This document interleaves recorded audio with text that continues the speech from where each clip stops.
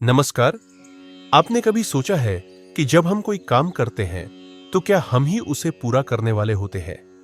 क्या सिर्फ हमारी मेहनत से ही सफलता मिलती है?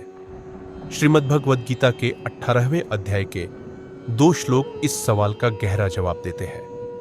गीता के श्लोक 14 में भगवान श्री कृष्ण बताते हैं कि किसी भी कर्म को करने में सिर्फ हम नहीं होते, बल्कि 5 तत्व मिलकर काम करते हैं। अधिष्ठानम यानी हमारा शरीर, यह वो आधार है जिस पर हर काम टिका है। बिना शरीर के कोई क्रिया संभव नहीं है।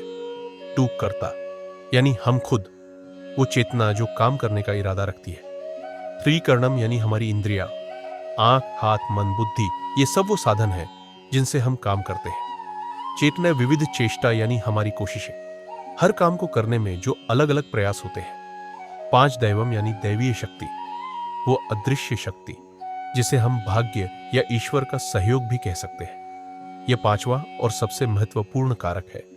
इसका मतलब है कि हम चाहे कितनी भी कोशिश कर लें, अगर दैव का साथ न हो तो काम पूरा नहीं होता। यही कारण है कि सफलता के लिए हम सिर्फ खुद पर ही गर्व नहीं कर सकते।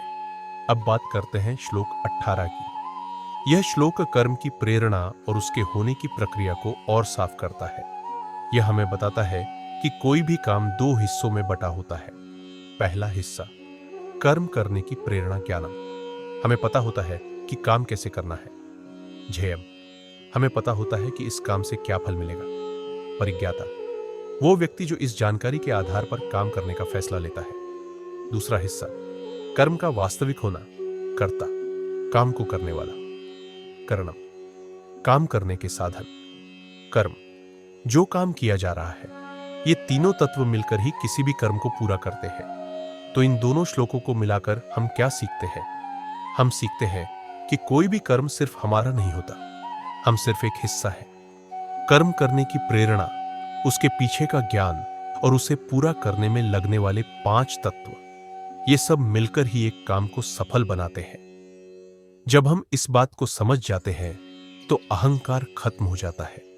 हम अपनी सफलता पर घमंड नहीं करते और असफलता से बहुत ज्यादा निराश नहीं होते, क्योंकि हम जानते हैं कि सब कुछ हमारे हाथ में नहीं है। कर्म करो, लेकिन उसके कर्तापन का अभिमान छोड़ दो। यही गीता का सच्चा सार है।